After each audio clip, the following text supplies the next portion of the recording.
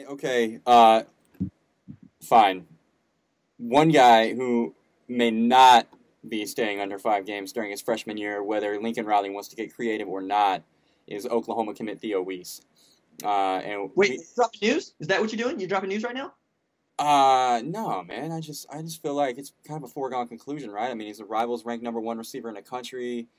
Right. Big body, seems like a great dude to pair with Spencer Rattler after he wins the job as a true freshman.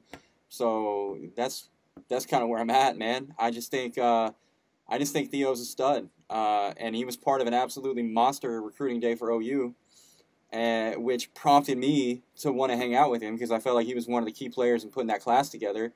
And I had the good fortune of doing that. I spent a couple of days with him up in Allen while we produced an upcoming multi-part profile on him And that'll I'm hit. so excited to see. Yeah, dude, I think it's going to be great. We've been pouring over the I haven't footage. seen it, and I'm really salivating over this, by the way, because I mean, this is Theo is a guy that a lot of people want to talk to, that not a lot of people get to talk to. He's also the best athlete in the class, right? We know this. And you've already, for a non-OU guy, you already put together what the 2019 roster is going to look like. And for my part, you talk about that big, just huge recruiting day, which was, right before the eve of spring game at Oklahoma, where it's him, it's R.J. Henderson, it's Jamal Morris, Jarian Jones has since decommitted. But, I mean, and then you picked up a 2020 commit in Jalen Knighton, and you're going, okay, everybody's had something to say about this, but Theo, except to say we orchestrated this. All right, tell me more. Hmm. And then here Colby's like, no, we got a mini doc coming. It's Yeah, going to be good. yeah. I'll put it to you this way: we showed up at his parents' house on Sunday night. It was during the Warriors Rockets series, and they were all sitting around the TV watching the game. And mom and dad are both decked out in OU gear. Mom's got the big Oklahoma hat on. They're in Right love. on. They're in love with that program. They couldn't say enough about the family environment at Oklahoma. Lincoln Riley, Theo Senior spoke pretty candidly about um, what it's like to be a father and sit across from a coach who's trying to recruit your kid, and you got to sift through the bullshit and try to figure out how real he's being, and if he really has your kid's best interest in mind, or if he's just chasing stars and trying to make himself look good on National Signing Day, stockpile talent, that kind of a thing. So it could be tricky for the parents. It was clearly an exhausting process. And by the way, none of this was meant to be a subtle plug. Theo Weiss, behind the scenes, a look at what separates him from his peers will be on Flow Football next month.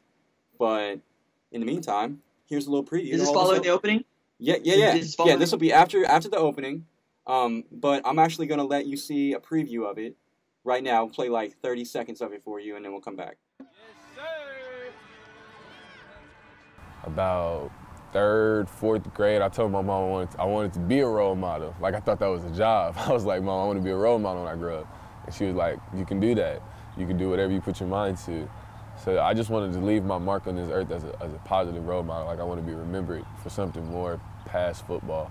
I love putting smiles on kids' faces because I feel like if you make an early impact in a kid's face, it could change their life forever.